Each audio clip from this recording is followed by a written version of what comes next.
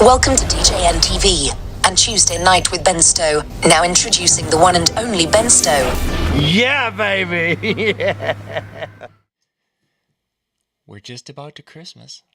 Christmas is coming. You gotta get this turkey thing out of the way, but then it's time for fun and festivities and trees and lights and food and baked goods. Yep. Yes. Food, yeah. And the most important part, the annual rewatching of the Star Wars Christmas special. Man, I have seen that twice. It gets better years. Every time, doesn't it? No, it doesn't. No. But, Disney's got Skeleton Crew coming out, so I think I'll watch that. Well, there's that. But I mean, so for those of you watching, if you haven't seen the Star Wars Christmas special, you need to go back in time to a point where the Star Wars thing just came out, and there's little kids like myself and Ben and such. We saw these things, and we thought, wow, this is awesome. And then they came out with the Christmas special. How scarred were you? Well, by all of it, really. But I mean, it was such a huge letdown. If you haven't seen it? Listen, it's like, I don't know how to tell you this. Yeah. It was so bad you have to see it. You really do. You really do. It's kind of like the movie Ishtar. It's like one of the worst things ever produced. And listen, and you gotta watch it. Disney. Now, I mean, okay, I don't love everything Disney's doing, and but if you think Disney is ruining Star Wars, just go back and look at that. Yeah, that we should almost have that as a homework for next week's show, so we can discuss any redeeming points in the Star Wars Christmas special. I don't think I was any of them. The like phone sex scene, like I'm not even, if you haven't seen it, like I'm not joking, like it's like painful. Yeah. It was something. You probably have to find a bootleg copy out there somewhere. I think most of it is on YouTube somewhere. I would imagine. Yeah, it's somewhere out there. But anyway, we digress. Tonight, we are back with another Tuesday Night with Ben Stowe. And if you haven't been following along this fall, we are now doing it into little segments because we have different parts that Ben's focusing on each and every week. So we'll be right back with our first segment, which is Ben's Joke of the Week.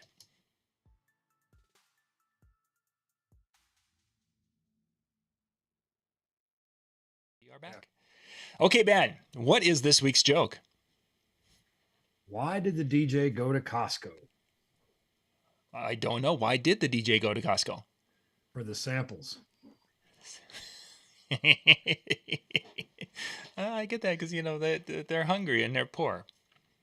And probably for a light up speaker, which I think and then we're going down a road we don't want to go down. Yeah. Listen, I can save you from that part. Yeah. Those speakers are as bad as my jokes. All right. That actually was pretty good. That was pretty I'll see myself out. Okay. All right. Let's jump to our our first question of the week.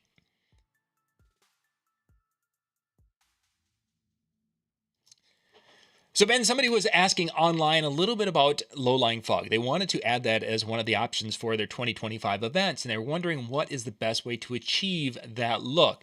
And I was looking back to the video footage of when we were in, Anaheim, at NAMM, and you dove down into the low-lying fog and just about had a near-death experience in the midst of the fog. It was not pretty. I would have loved to have found that clip for this question. I've forgotten about that. Probably from the lack of oxygen. I had a headache for hours. That was something. So I guess the lesson here is don't do that. Yeah, don't breathe straight CO2. Which is a good way to kind of get into some of the ways that we can do low-lying fog. And I put together, I slaved for seconds over a keyboard to put this graphic together for you. But here are three of the most popular low-lying fog options. And I'm going to talk a little bit about how each one works. Mm-hmm. So on the top left, and hopefully you can see the whole screen. You don't have ads or anything running underneath. Okay. So on the top left, we can see this ice series, they call it, the Z series ice from Antari low-lying fog machine. Basically, it's like a regular fogger. It uses regular fog fluid. And then this door here opens up and you put ice in it, cleverly enough. It's just basic thermodynamics, right? That as that fog gets cold, it wants to stay low. you'll want to use a low-lying fog fluid. And the only real difference between low-lying fog fluid and regular fog fluid is the low-lying fog fluid is a fast dissipating. It doesn't, the fluid itself without the ice does not make it stay low, which I think there might actually still be a review on our website to that effect where somebody bought it and it didn't, and they put it in a regular fog machine. And they're like, it's not low It didn't. lying. It went. Yeah. We just went, oh goodness, no.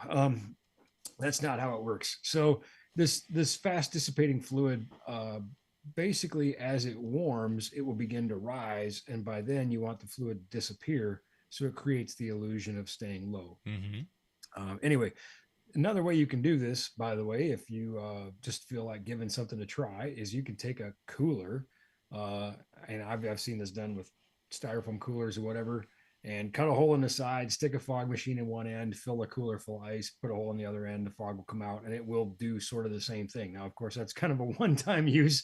It looks awful. If it's a styrofoam cooler, it may melt from the fog machine. All kinds of reasons probably not to do that, but fundamentally, that's what's happening. We're just cooling that fog. It stays low. The end. To the right of that is really a very pro way of doing the same thing. You have a high volume fog machine inside, but you also have basically a rolling refrigerator. This thing, and they're very expensive and they're very heavy, but they can produce large amounts of low-lying fog over long periods of time. This is what you often see used in Broadway and other similar performances where you need a lot of low-lying fog and you need it to keep going, and you don't want to deal with ice melting and that sort of thing. So the DNG is a low-lying fog generator that again uses sort of like a regular fog machine, but again with the specific low-lying fluid. So I would guess that is probably pulling quite a bit of amperage from the wall. Yeah, you're using a high-powered freezer, Mm-hmm. basically.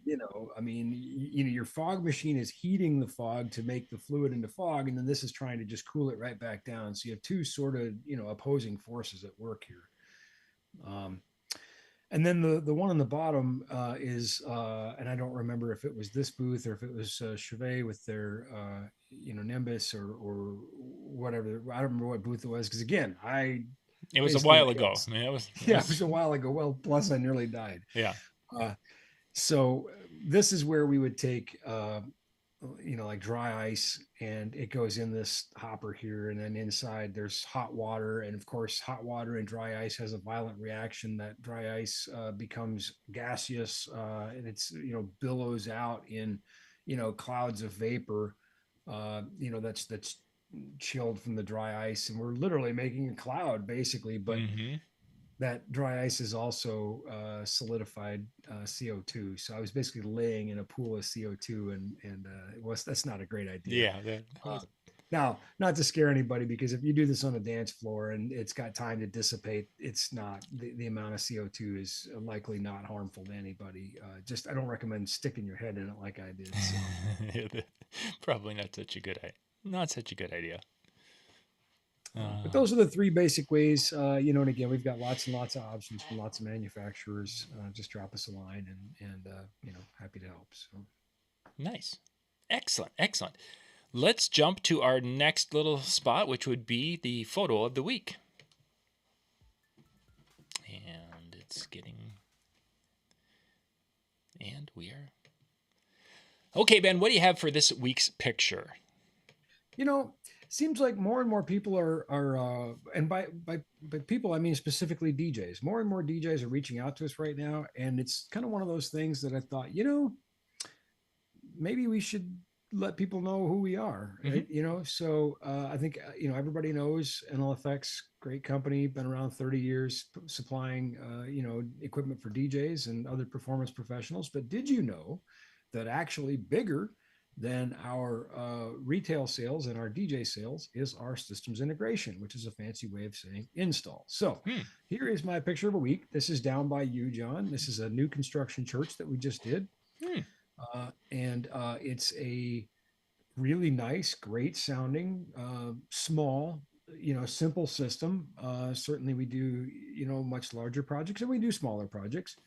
but I thought this was kind of right in that zone where I thought, gosh, this is a great example of where many DJs, because we are people who play with sound gear, we get involved in our schools or our churches or other organizations where we are being asked to help with these things, and as DJs very quickly find out, the two worlds are not the same. Mm-hmm. Things are really different on the install world. And in fact, I just helped a guy today with a kind of a restaurant type situation, and he's like, "I didn't even know this stuff existed." I'm like, right, that's why you call this, right?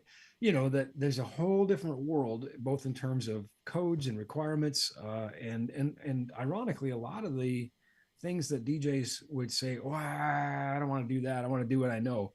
Yeah, the install stuff is actually cheaper. So, you know, not only is it the thing you have to do because it's the law, but it's also cheaper. So there's no reason not to do it. So anyway, that's just having somebody who knows these things and does them day in and day out that can guide you through it. And my photo of the week is actually going to be a couple more photos because I'm Oh, going to okay. tack on to this shameless plug here, but I think it's a way of us helping people to help people, right? Mm-hmm. Um, and that is to say that we can assist with products and recommendations and designs for people who are DJs that are going out and helping with small installs. And of course, we also do turnkey installation all over the world. We've done installs in Tokyo and Spain and all over. Um, so this is just a couple pictures of some of the work that we've done. Our guys do outstanding work. They are licensed and trained and bonded, and it's what they do. They're very proficient. We're not just we don't just do this when we feel like it. We're legitimately contractors. Mm-hmm. So anyway, just a couple of examples of some of the workmanship. And we also do complete system design submittals. We can provide this type of thing, if the level of complexity calls for it. So we can build out complete sets of plans and blueprints, and you have our consulting services available as well. Mm-hmm. Neat. Yeah. So shameless plug, but Yeah, no, that again, that was neat to see because you in that picture of that church, that you're seeing a variety of different technologies we've talked about in many of our shows with in this particular case, flying subs. Which we really haven't talked too terribly much. We always talk about subwoofers on the floor, but you had side fills in there, and you had your front of house fill, and you had obviously there's the ability to control that and do different things, which we've talked about in other shows, but that was a good example of a system that would require all of that capability. So neat. practicing what we preach. And of course, we did the video and we did the lighting. All of the systems are integrated. We do power control, motorized breakers, remote sequencing. Again, the scope of what we do, I think, would surprise a lot of DJs. And I think the comfort and the peace of mind that goes with that when you get roped into something like helping your school or helping your church, and suddenly, you not only have all these, you know, trying to pull my code book off the shelf. But anyway, you've got all these codes and rules, but also this entirely different gamut of products Mm-hmm. that obviously your trusted friend, your trusted partner in NLFX who's helped you with all of your gear. Well, we can help you with that too. And, Yeah. and it's something we've done for a long, long time, and we do it very, very well.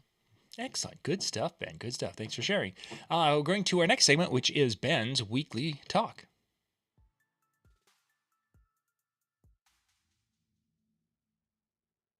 Here we are.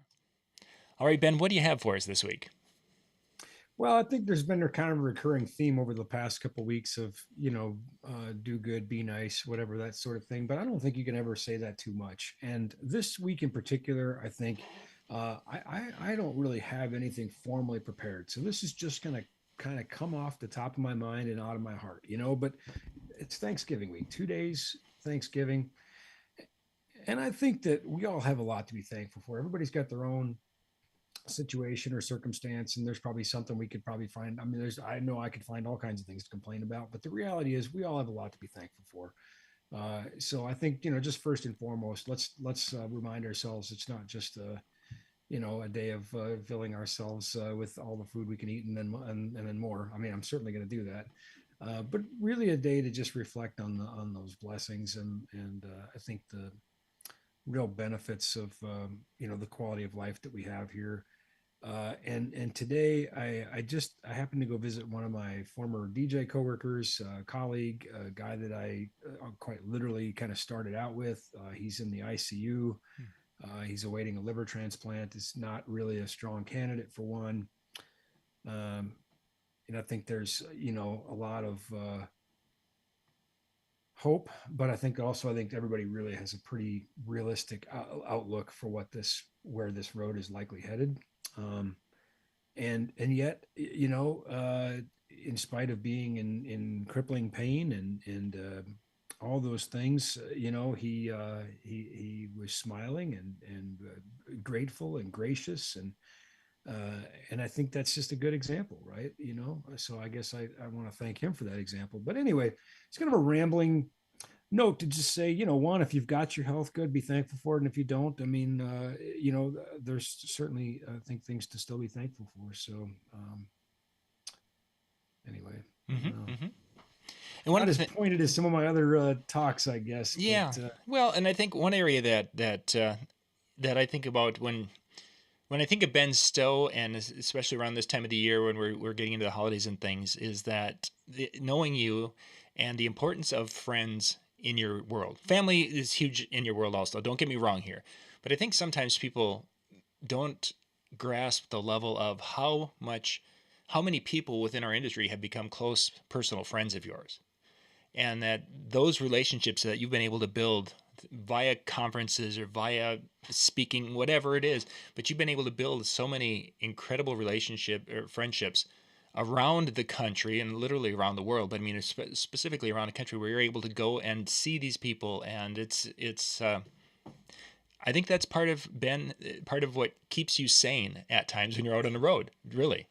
oh, so much so. I mean, and yeah, I'm very blessed. I'll just say that because I don't feel gone so much when I'm out on the road because I am with friends. You sort of feel kind of home everywhere you go. Mm-hmm.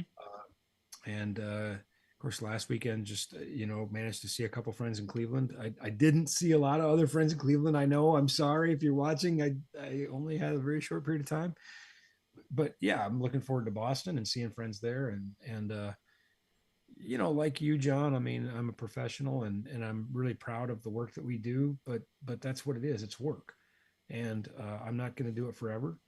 And I don't think that you know the quality installs that we did or the sales that I made or even the videos that we've made, that's not what I want to define me after I'm done in the industry, which will be a little while here, so don't get too excited. But you know I think it's those friendships, that's what's going to endure. And I think we're going to really enjoy looking back and telling stories about the way it used to be. And maybe we'll embellish on that a little bit, but I mean, yeah, those friendships are sincere and genuine, and I think that's really cool. Yeah, definitely it is. One of the parts of the industry that in my world, I enjoy it, appreciate that. And I've seen it with you with the years we've been together, is how that has been such a big part of your world also. So, Well, and you're no exception to that rule. I just want to say, I mean, I want to tell you, John. I mean, this is I think 10 years of doing this show, and to be really honest, I don't know if I ever told you this, but to be really honest, when you first asked me 10 years ago, if I would be on this new channel you were starting or whatever, I was kind of like, I mean, I like John, so I'll do it. It's just, really wasn't a lot of calculus that went into that. I was like, oh, John's a good guy, and I like John. He's a friend of mine, and I'll do it. I'll do it for John. So, yeah. And here we are 10 years later. I know. Getting Boy, if ready, I'd have known. getting ready to start 11. So, all right, let's get to our last segment, our last question of the night.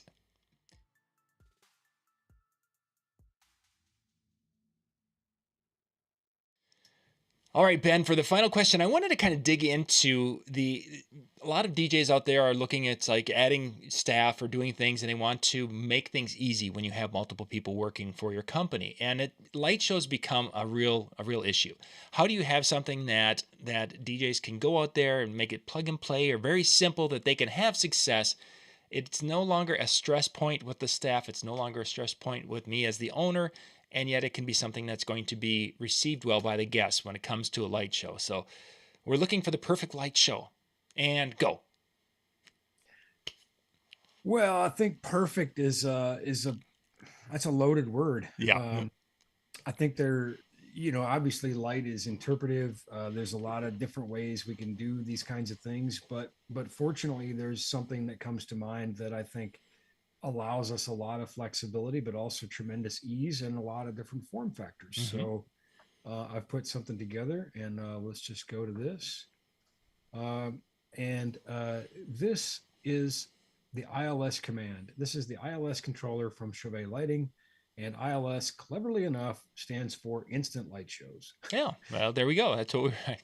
That's quite literally. I mean, when you posed the question to me, I thought, and of course you sent me the questions ahead of time, so I had a moment to prepare. And as soon as I saw that question, I thought, yeah, there's only one thing that comes to mind here. That like this was literally designed for that Hmm. thing. It's like, how do we take complex, smart looking light shows and make it so easy you could just kind of mash your hands on it? I remember Homer Simpson and the dialing wand or whatever, but you sort of mash your hands on the controller. And of course, for pop-up light shows, the Gig Bar series, that's hard to beat. You got kind of an all-in-one light show on a stick.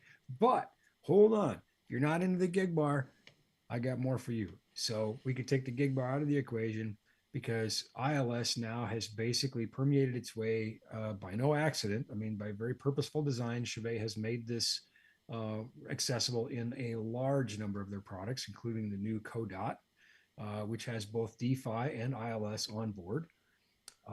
So really ultra compact little, wash light or uplight. I can stick it inside, DJ furniture, command centers, whatever you name it, whatever. Of course, traditional, style uplighting. Mm-hmm. That's obviously almost a staple these days for events. And ILS is built into that. So now, again, with the same controller, we can make this whole room look like we spent hours programming it, and we didn't, have to train our DJs. We just said, here, just smash this button a few times and it'll do stuff. Mm-hmm. Moving heads, of course, both regular power and also battery powered moving heads in the ILS family.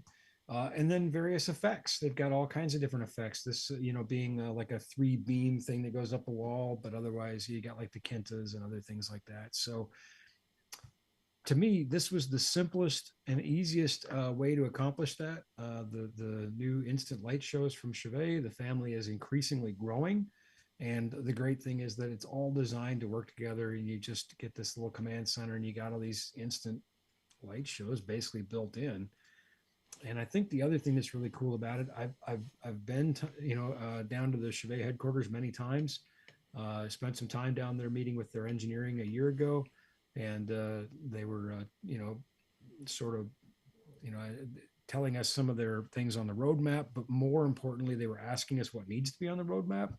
What do we need to do to make this easier for DJs? And you've told us, and so we told them. Mm-hmm. And so this is just going to continue to evolve and develop as they update the software and try to make this as easy as possible.